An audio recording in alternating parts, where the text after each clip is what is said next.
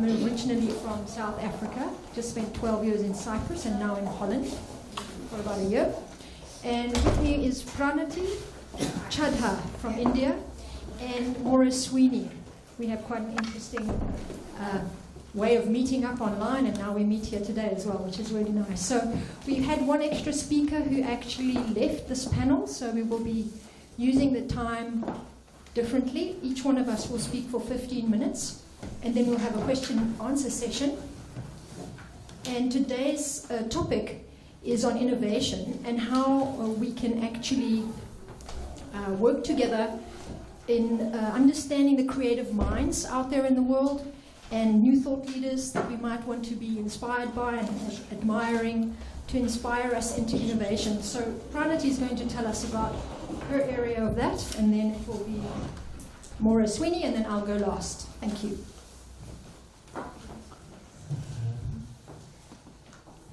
Hello everyone. A very happy Women's Day. And thank you, gentlemen, for being here to support us. I'm Pranati Chadha, and I'm a user experience specialist from India. I design applications, interfaces for businesses, and also services for the social context, for society. I actually had a PowerPoint that I wanted to show because there were some images that I wanted you to see and be able to understand what I'm going to say, but I guess that's fine. I'll start off by talking about design, and today my session is going to be about how innovation can be achieved through design thinking. Now, innovation is a really interesting term that we are now hearing a lot, and a lot of people ask me that what is innovation?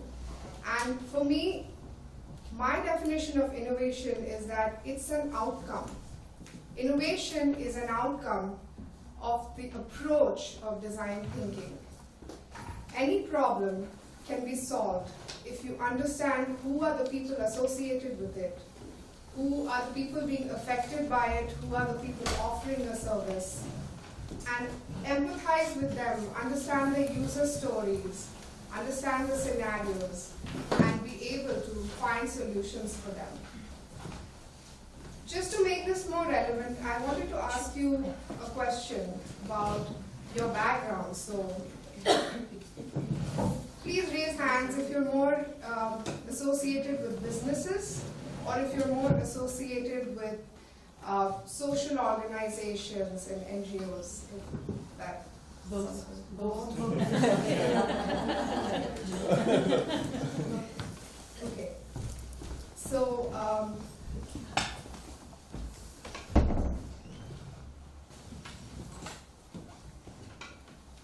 there's an interesting quote that Steve Jobs once said, was that innovation distinguishes between a leader and a follower.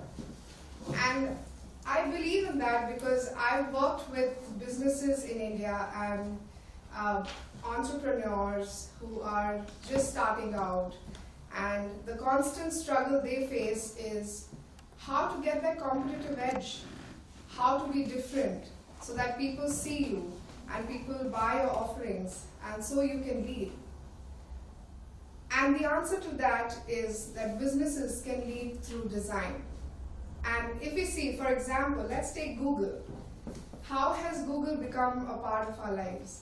Anything we want to search for, the first thing we say is, okay, let me go Google it. Why don't you say, let me Bing it? Because Google has actually made its place over the years where they've kept on working on their design and trying to make their search engine more and more relevant for who's going to really be using it. And it's so simple, you just have to go out there, type something, and you get the answer to whatever you're looking for. That's the power of design and innovation for businesses. There's an interesting study which says that design-led businesses outperform their competitors by 200% over a 10-year period. And that's a really big number when it comes to business. And design is a human-centered process. It's an iterative process. where you're understanding, you're empathizing with people, understanding their problems, and then trying to solve those. Finding solutions that may be existing or something, coming up with something absolutely new in that context. And you keep collecting feedback and keep improving it to make it more and more relevant before you actually go out and implement that solution. Because implementation is an expensive process, again, for businesses. You can't afford to have too much of a rework. So it's always better in a design process to actually ideate, find solutions, test them with your users, take a prototype to them, ask them, oh, what do you think about this? Do you think this is going to help you solve your problem? And that's how you can find solutions and make it more and more relevant for people. People often ask me that when you talk about innovation, what are the different outcomes? A design process, what can it be applied to? What kind of problems can it solve? Well, think about this embarrassing situation that I'm sure most of us have gone through, trying to struggle with doors. You're trying to open a door, pushing it, but it wouldn't open because it's a pull door. And you look, and then you're like, oh, why am I not able to open it? And then there's a small thing that says pull. It's like, oh my God, I've been making a fool of myself all this while. But that's not your problem. The problem is with that door. And design practitioners all over the world have actually gone and studied how to make doors more intuitive for people. Something as simple as that. Where now there are new doors where when it comes to pushing, there's nothing on the door. All you can do is just push it. And you see a handle. The first thing you do is you grab the handle and you pull the door towards yourself. That's how easy opening a door could be. Well, another interesting thing that we see about innovation is technology. So now we see a lot of technology coming up, and with the smartphones, a very, very obvious example, it's become a part of our lives.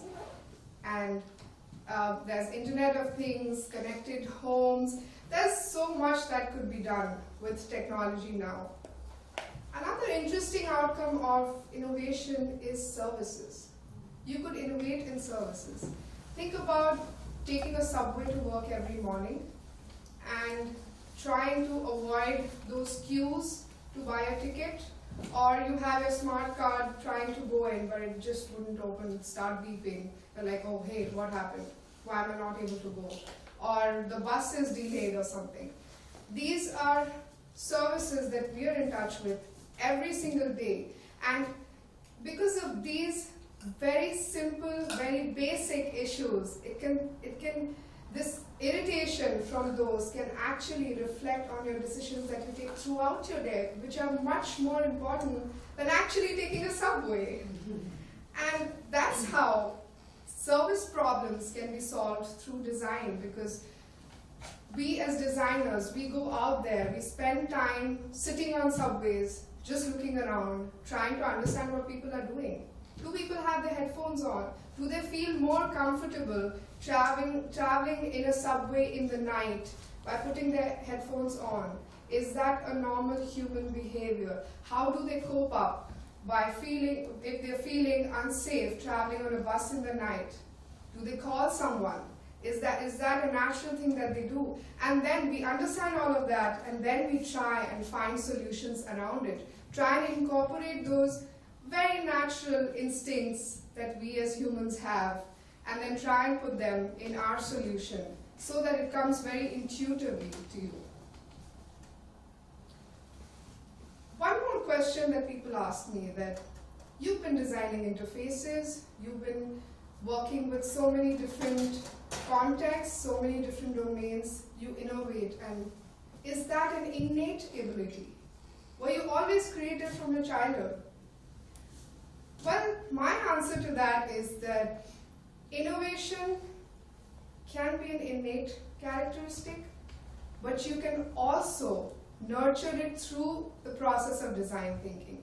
The process itself is so effective that you can understand a problem so well that you will come up with good solutions to it. And then when you keep testing it, you know that the solution that comes out in the end is the winner and is the solution to that particular problem. Well, in the social context, that's the reason why I asked you guys if you were more from an organization that works for people and tries to help people and bring about change.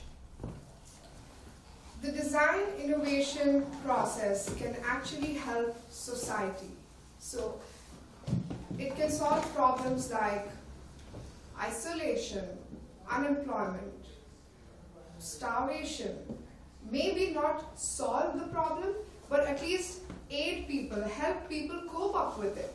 We can find solutions through design to actually solve those problems or help people. Just to put it a little in perspective, one of the projects that I'm currently working on is we're studying social isolation in Glasgow. And we wanted to understand what are the reasons of it. And one of the reasons of social isolation in Glasgow is because enough people are not taking public transport in the evenings. And when we did our research, we went and spoke to a lot of Glaswegians around, caught them here, there, just trying to have a conversation with them, trying to understand what their problems were. Safety was one of their concerns.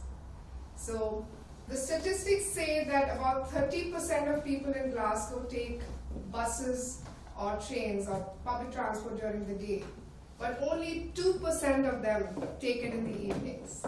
That's a really big difference, and we wanted to investigate and figure out what is making them not take, and the problem was safety.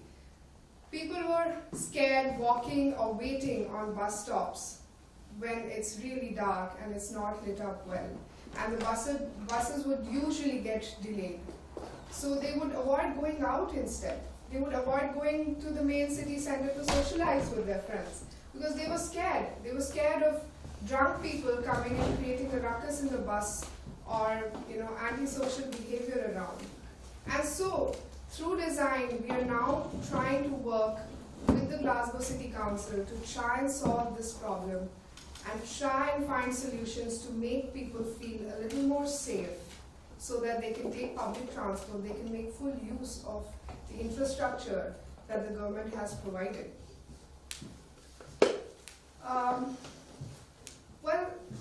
Do I have more time or? About 2 minutes. Okay. So I'll just sum it up, and the only thing that I want to tell people is that we are all motivated, all the people I see here, we're motivated, we want to bring about a change. And in different societal contexts or different other contexts or just make our businesses work better, design and innovation can actually solve your problems. And it is an ideology that you need to make it a part of your thinking and try and solve problems through that. And when it comes to motivated people, the best thing we can do is start acting on our ideas. And now I've given you the tool for it. So, yeah, I'm hoping that people understand the power of design. Thank you.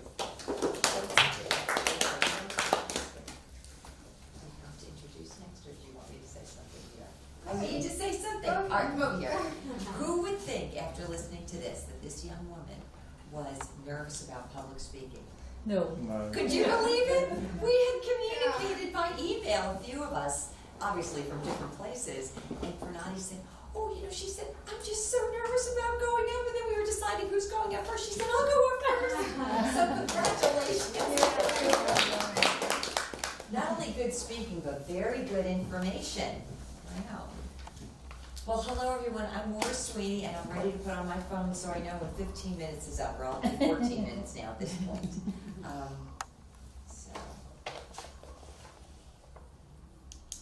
right. And welcome everyone, thank you for coming. Innovations via new thought leaders and creative minds. I like to call myself one of those new thought leaders, and I've always had a creative mind. In fact, something hit me and struck me, and I'm so glad you went first. People have said to me at times, Maura, I just don't know how to get my arms around you because I am in many ways indefinable. I've worked in a corporate environment, and it was very easy to define myself as manager or whatever I was doing. I've been in many other capacities, but what I do today is to take a lot of life experience that goes back to thoughts I had as early as preschool, and I look to put them into action everywhere I possibly can through communication at this point. So I podcast, you can see I public speak, I have blogs, I'm awfully frequently on the radio, anywhere where people are looking to move out of a place of either being stuck or feeling dissatisfied or feeling disempowered. And I'm always that one that says, yes, you can, yes, you can. And so even here, as I stand before you, I am one of those new thought leaders who is bringing about by constant repetition of ideas, by questions, the kinds of things that allow people to think anew from the inside out. And that's what I want to do today in the next few minutes. Let me just make sure my time is going. Good. I want to ask a couple of questions. Here's the first one.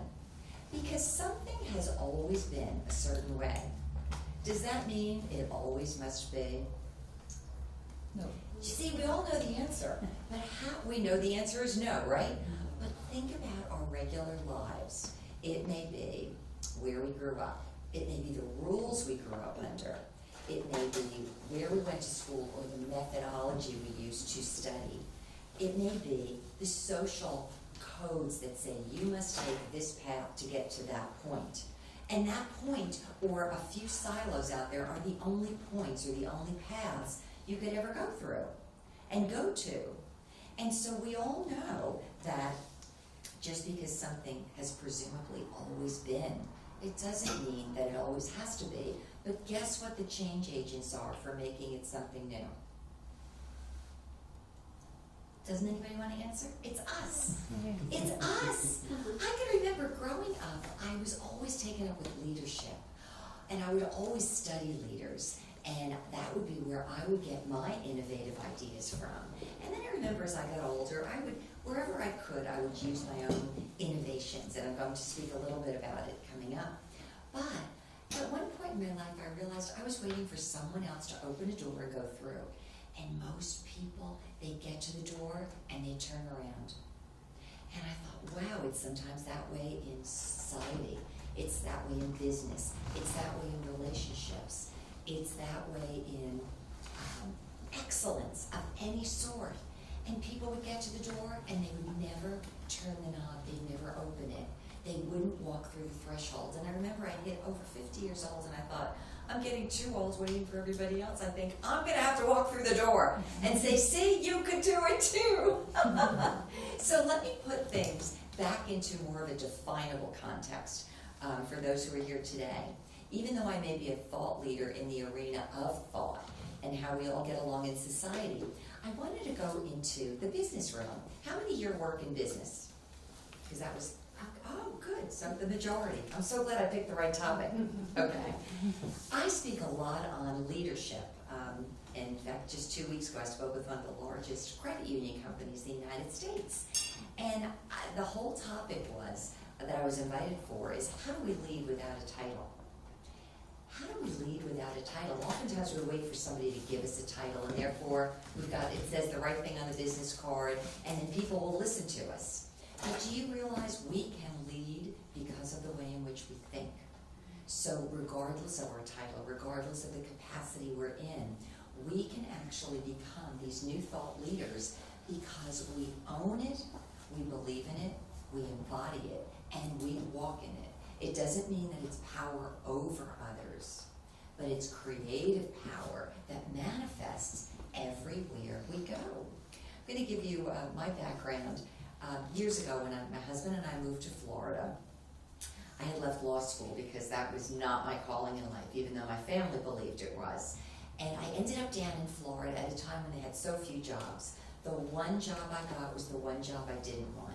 And it was selling long-distance alternative services over the telephone. And I thought, oh, this is like the fate worse than death. But it was the only job I was given.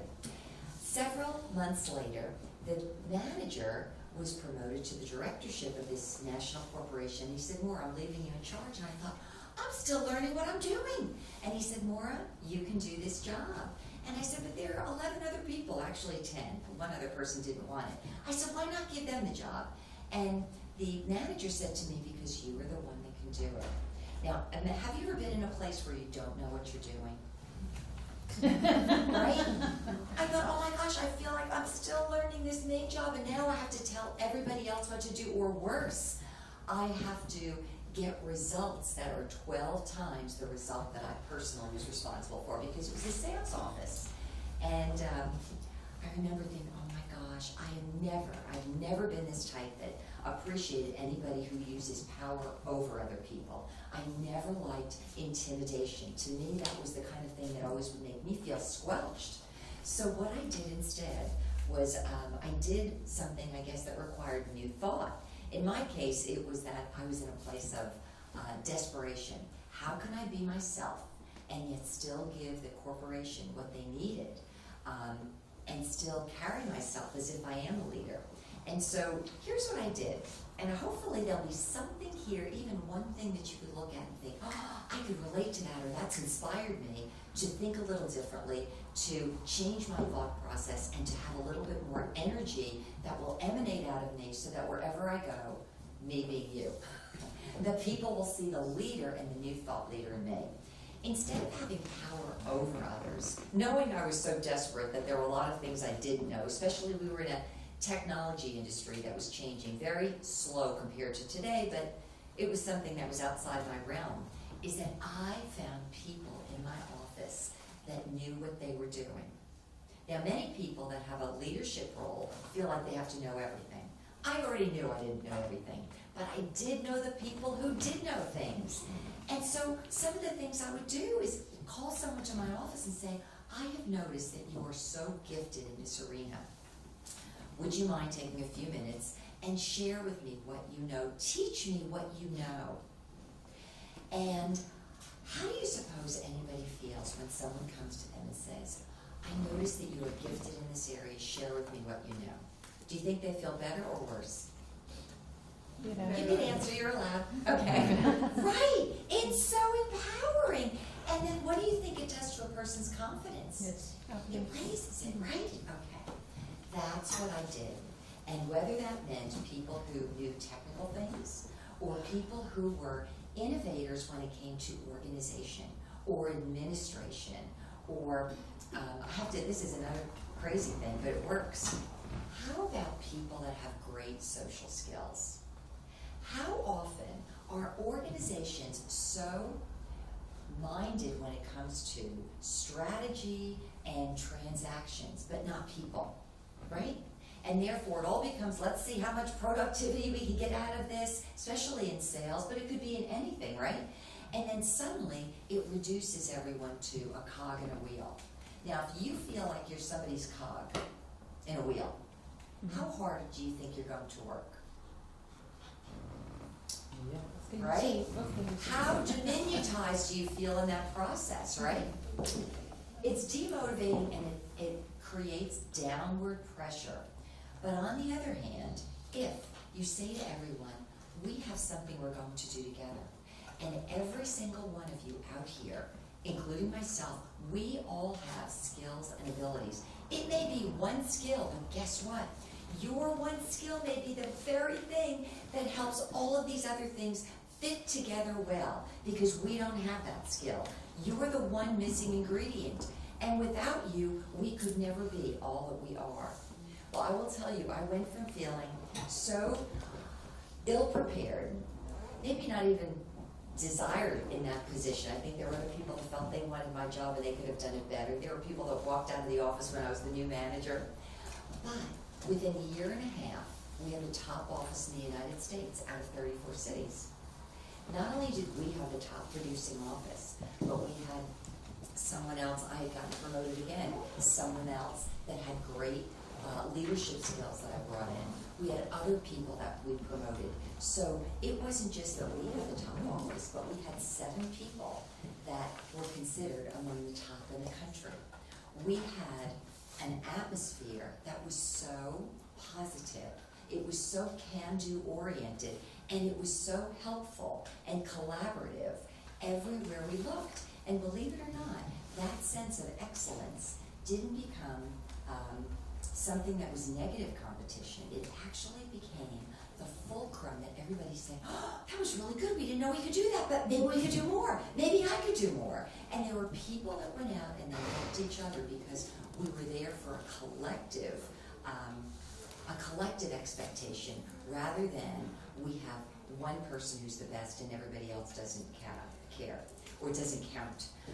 When you have a better idea, I want you to be thinking about how you can express it. Sometimes it comes out in the way of a question. You can even seem sometimes like, oh, I was just wondering, did we ever try something like this? Had you ever heard anybody do that? Has anyone ever given thought to this? In that case, you're never in a position where you could make maybe the person who is leading to feel inferior or threatened. Because oftentimes the way things are set up is, have you ever seen this? The power over people model? Well, you're the person in charge and you should know everything. And when people are questioned who think they're supposed to be in charge, they're not even aware of the fact that their fear kicks in when they're asked a question that they don't know the answer of, right? And then everybody beneath them knows the rules and they don't say anything. But if you turn it around and say, you know, a thought just came to mind, had you ever thought about this? Had you ever considered this? Or how about this? Imagine when you wish to come up with a new idea. Think of the word advocate. Imagine if you want to advocate for someone to be even better than they are. That's a really great way to innovate. You're not against them. You're not against their way of thinking. You're not even challenging them. You're just advocating for them in a better way. Like, you know, I noticed you did something so great last week. Like, I'm looking at you, but just imagine if there's somebody that you're with and they're usually negative. And we know you're not, because I want to meet with you later. But think about this. You have somebody around you that's negative, but one time they do something positive. You know what you could do as an advocate? You could say, you know, last week you commented or you complimented someone on that, and I thought, I wasn't even the person that you complimented, but it made me feel so great. Thank you for doing that. What do you suppose that does to someone? It changes the way they think, doesn't it? Okay. The question then would be, what can you do wherever you are that can change something for the better? If it's never been done before, it doesn't mean that it can't be done. What if you have that one spark of an idea that can take people from an I can't to an I can mentality? And what if you don't even think you have a skill to offer? Maybe you're not as educated as others. Maybe you're not as experienced as others, but you have a personality trait, or you have a soft skill, or you have a virtue or a characteristic that belongs to you that you can infuse everywhere you go. Don't ever underestimate that, because this world is so in need of new thought. We're so in need of expansion. We're so in need of lightheartedness and happiness, and people who know when to stop when the timer goes off. So wherever you are, I hope that you will not only never underestimate your own gifts and remember to share them everywhere you go, but that also you would be mindful and aware and an advocate for everyone else with their gifts, because in doing that, you create all new environments that do bring about new thought and new innovation. Thank you.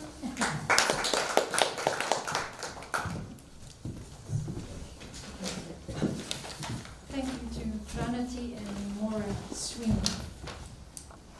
Pranati Chanda, we said. Yeah.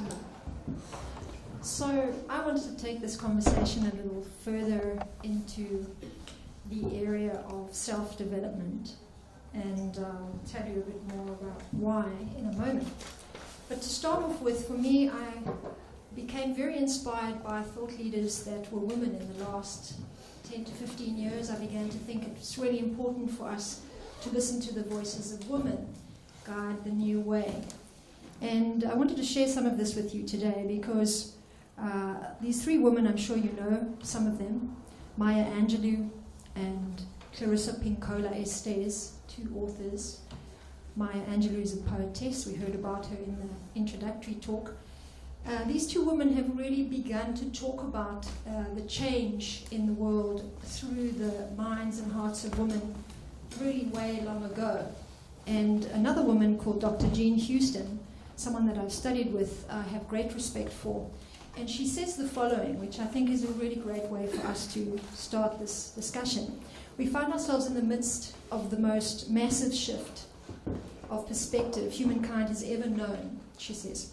A new set of values, holistic, syncretic, relationship, and process-orientated, organic, and spiritual values are rising within us and around us.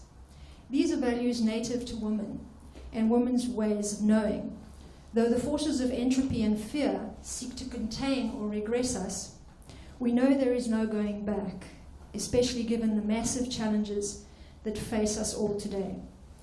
And so in the spirit of these words, I want to add to that Clarissa Pinkola Estes, another thought leader, who says that though her soul wishes to speak its truth, she is pressured to be silent.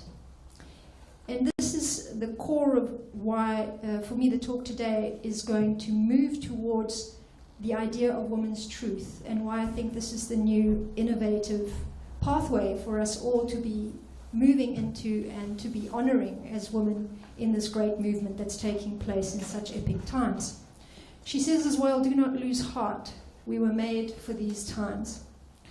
So what is this connection between the old ways that women were regarding themselves and being regarded and the way forward? I think Clarissa points to that by saying there is, I think, in our history, a type of programming or tendency for us to be silent or to hold back or to believe on some level that we might not be enough. And I know I'm speaking to a room of women that have transcended that. So in the spirit of today, the deeper aspects of this are something that I went into deep research on, and I wanted to share some of that with you today. There is a really great question that was asked to a group of women that I was interviewing for a while, which was, what is the greatest lie you feel that you've believed in your life as a woman? Obviously, becoming a lot older, you might have figured out that that's not really true. So I want you to think about it yourselves, and if you have something that you'd like to contribute to my research, I'd really love to hear from you. And you're welcome to take some brochures and we can get connected. I would love to stay connected to you. But I think it's a great question because somehow our innovation in the future, our path to create change, requires us to really meet some of those programs, some of those lies, some of those limits that we feel we have as women and as people in the world, and to find the strength, the courage, and actually connect with the deeper truth to be able to transcend them. So what is the greatest lie that you've believed about yourself as a woman, as a man, as a person in the world? Would anybody like to share a lie? Or a way that they have been deceiving themselves or felt deceived by the world? I'm going to share with you the answers I got from some women in interviews. Lies women believe. Number one, that we're not enough. At the deepest layers of the mind, we are not enough. We are victims or enemies. Somehow this danger zone exists for us in the very unconscious area of our minds, that we become victimized by things, and or we are not trusted sometimes in the world, especially even with women. We give too much. Another lie that we've believed is that we have to give more. We have to give much more to prove our worth, or to prove our value. And this is true for all of us, maybe not just women, but women have a specific identity around giving enough in order to be acknowledged or valued. And then women suffer from something very unique, which is perfectionism, the idea that we have to get it right. And who am I talking about all these things, and why am I sharing all this with you?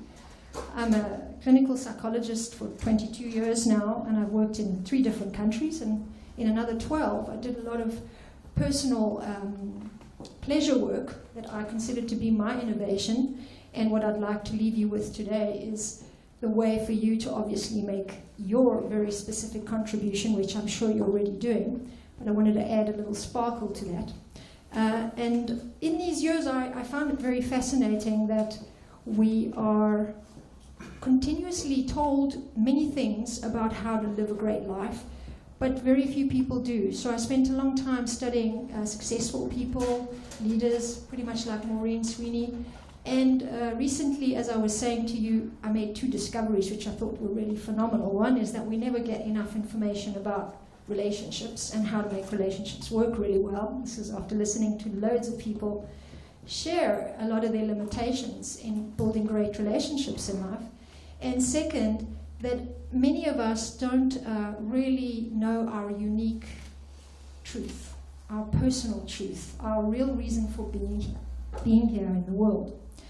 So it's interesting then that Maya Angelou also says that in one of her poems called Brave, Startling Truth, a wise woman is one who knows that she is no one's enemy and no one's victim.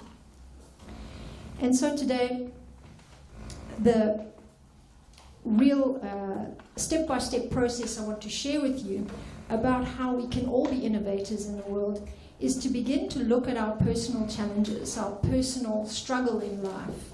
Maybe you've seen already a pattern, or maybe you've seen a few repeating challenges that might have at the core of them the same dilemma.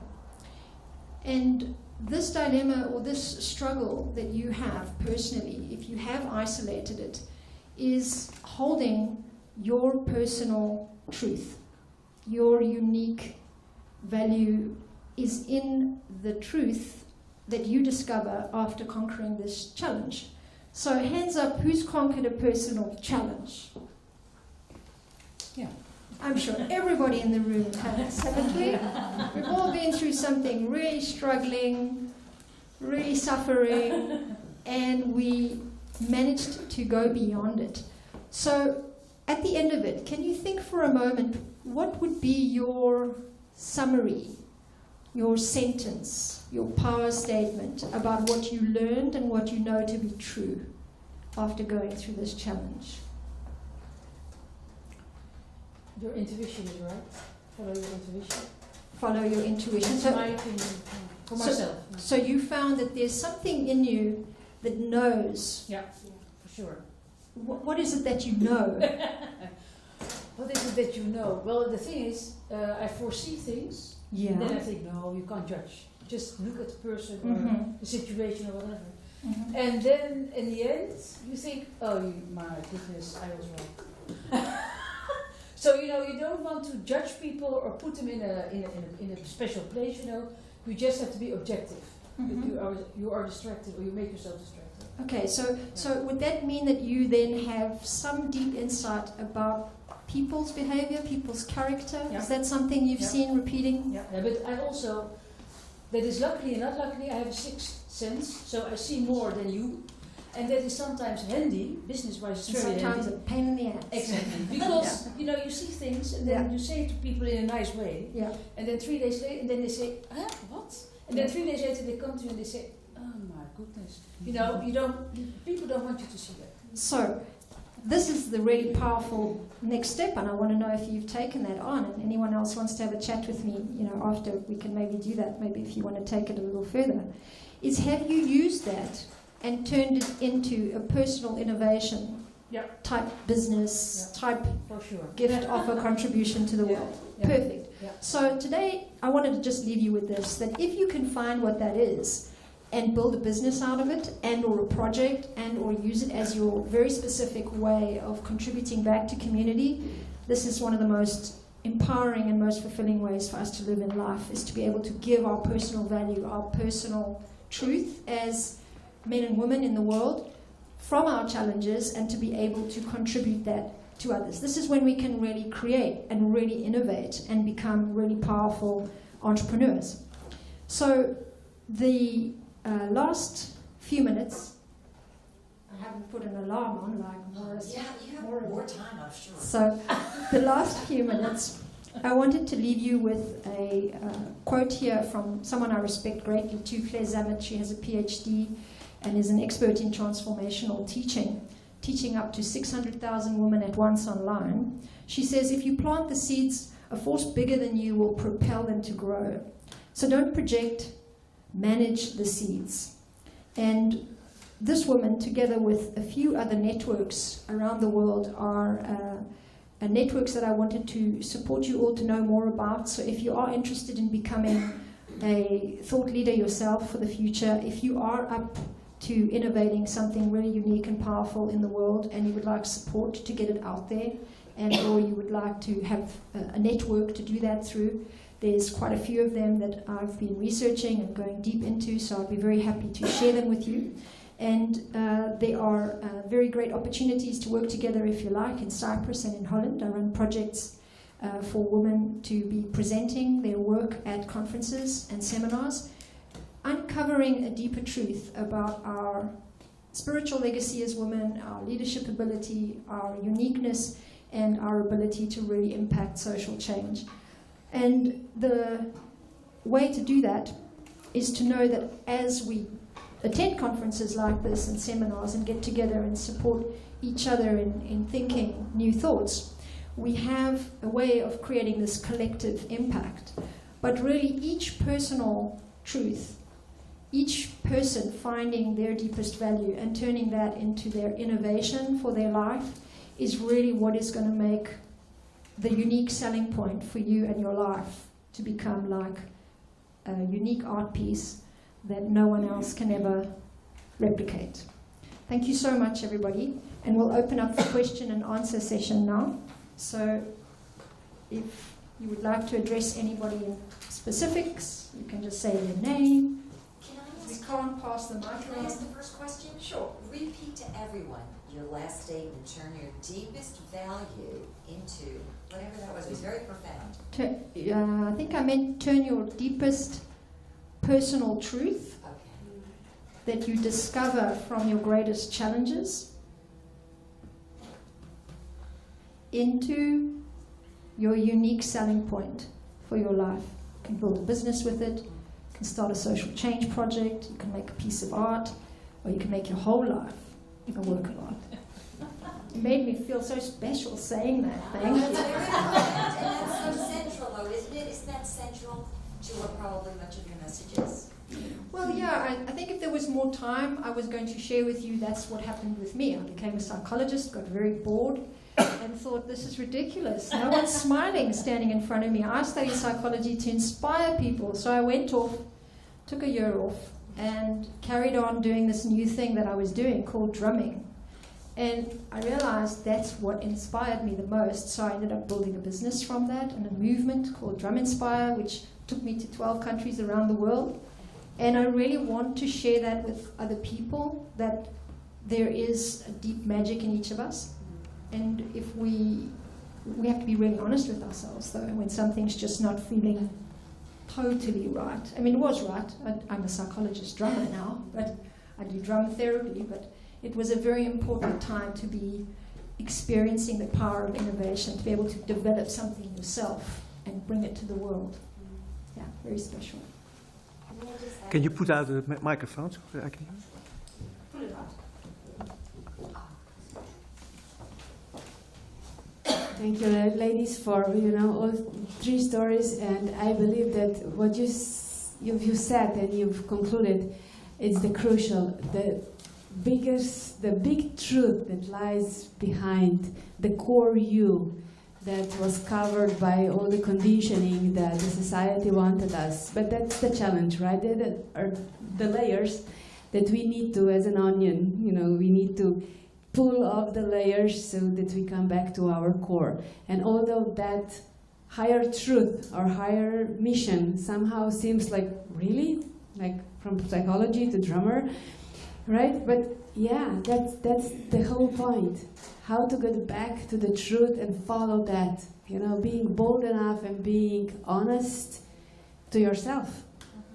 You know, and just go with it. So thank you for sharing that.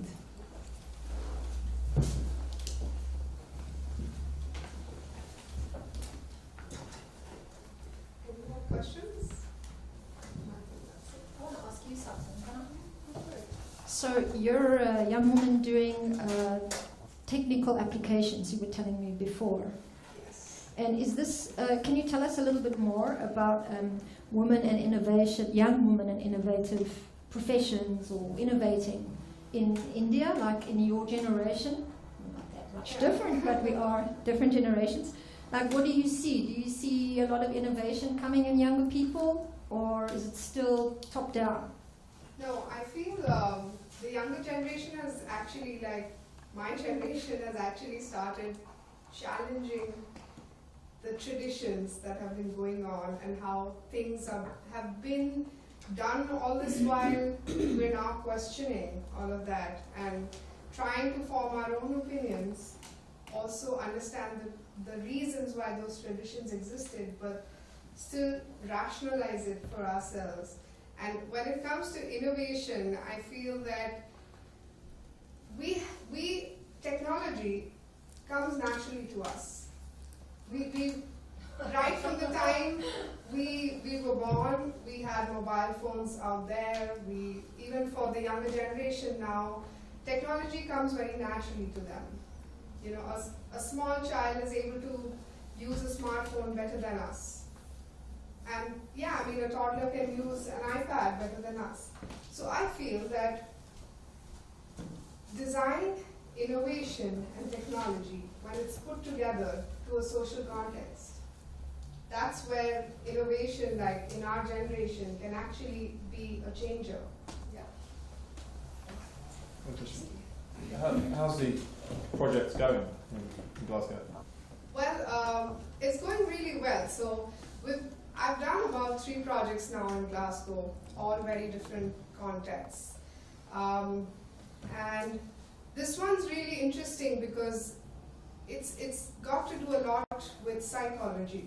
You have to understand why people feel unsafe and what can be done to solve those. We even understood a lot of coping mechanisms of when people feel unsafe, what all do they do. And we are now trying to hold a workshop and invite more and more people to validate our ideas with them. Good luck. Thank you. I was also curious because you were also saying about the different implementations of design, so I was also wondering if you or if your working group also extends to policy and like these kind of governmental regulations? Yes, definitely. I mean, I feel this process of design thinking can be applied to organizations, how an organization can run and how people can benefit from that. It can also be for policies, making policies for people, for what would work for them, understand that, do all the research, and then go about building policies for them. It's also definitely for government initiatives. In fact, my constant effort goes in trying to make people who are coming from those backgrounds. I try and tell them that no, design is the answer for you. You can actually solve problems through that, and it can also be done to design processes. So you can design processes also by understanding. The whole key here is understand who you're designing it for, and understand what kind of a problem you're trying to solve. That's the key there, because you need to understand who are the people, who are the humans who are part of that, and how they feel about the problem or the policy that you're trying to build. How is it going to impact them? Thank you.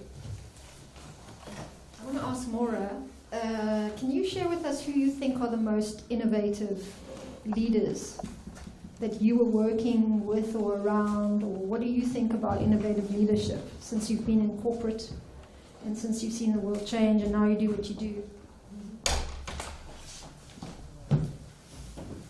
I'm always out interviewing people everywhere, and I have to say that frequently I will find people that maybe the world doesn't see. That is maybe one of my skills. everybody looks to the big name people, and oftentimes I will just look at individuals as they are. I'll offer this to you. A few weeks ago, 2 or 3 weeks ago, I was speaking at, I think, one of the nation's top credit union companies. And you think, ooh, credit union, these are probably, I don't know, financial people, they're probably just rotten people, they only want your money, I don't know.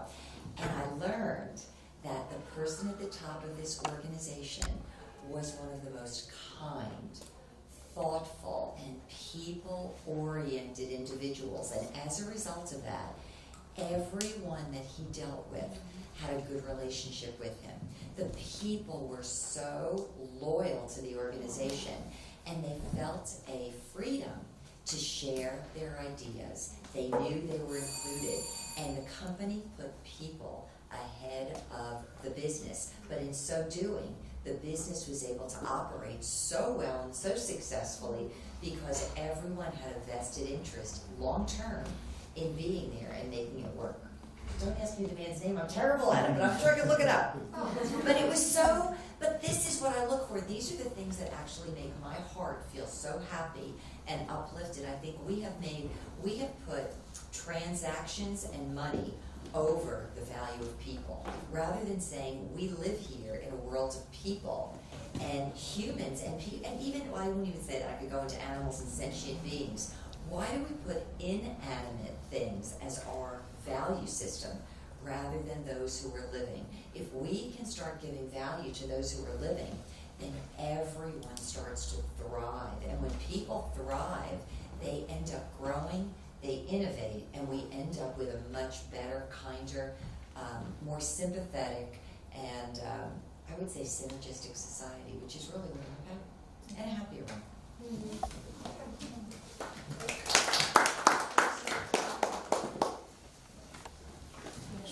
So,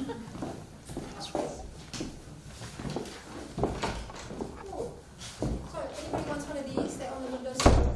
Oh, and cards, yes, if anyone would like cards. Good match. Oh, and Details. Details. Alright, smile. Great. Thanks so Thank you. much. would you be so kind if you think you might photo? Kan jij die tekening even laten zien? Nee, voor de film. Ja, maar Oh, If you have any more questions, zelf niet hoor. Have you- Of course, I hope it works, yeah. Oh wow, that's beautiful. For all the live streamers out there. Wow. Should have been here. Yeah, so this is what I do. You are